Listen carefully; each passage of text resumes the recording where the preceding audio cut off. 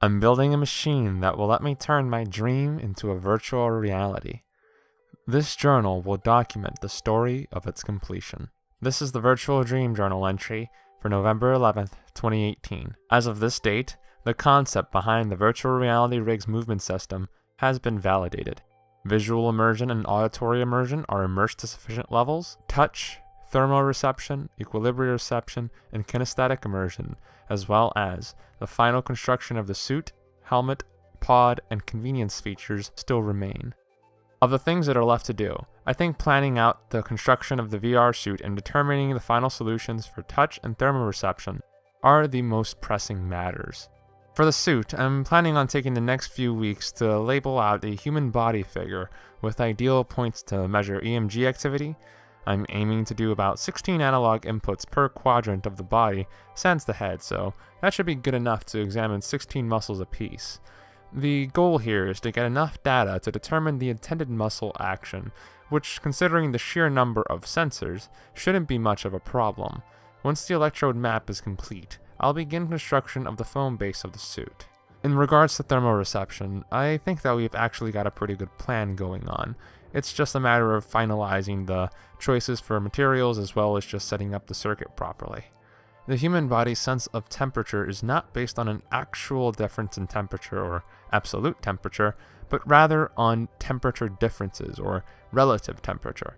So, if I can create a stable temperature system that can be modulated between hot and cold only slightly, I'll be able to work things out.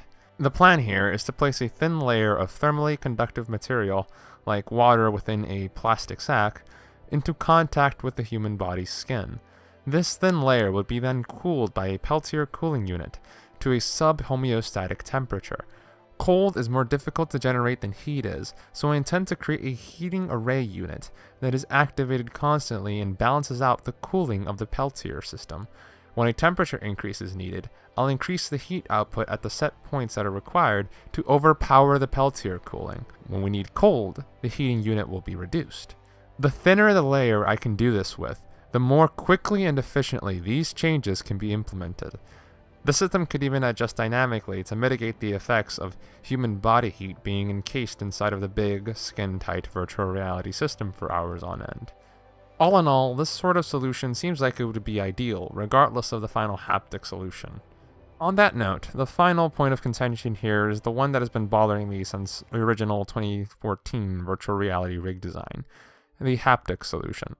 Vibration motors, electrostatic stimulation, magnetic arrays, or even electroactive polymers have all been considered. Electrostatics are easily the most attractive solution since they have the theoretical potential to control both thermal and mechanical touch sensations, possibly even pain, equilibrioreception, and kinesthesia, as it basically is activating the nerves at the location of stimulation. My concerns here are for the interaction with the electrodes of the EMG.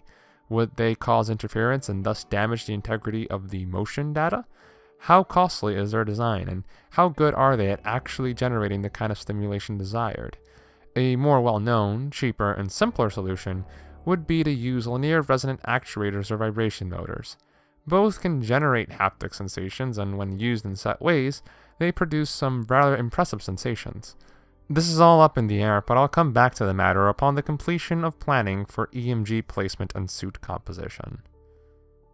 We're just a few days under 4 years away from the November 6, 2022 Servers Are Open Day of Sword Art Online.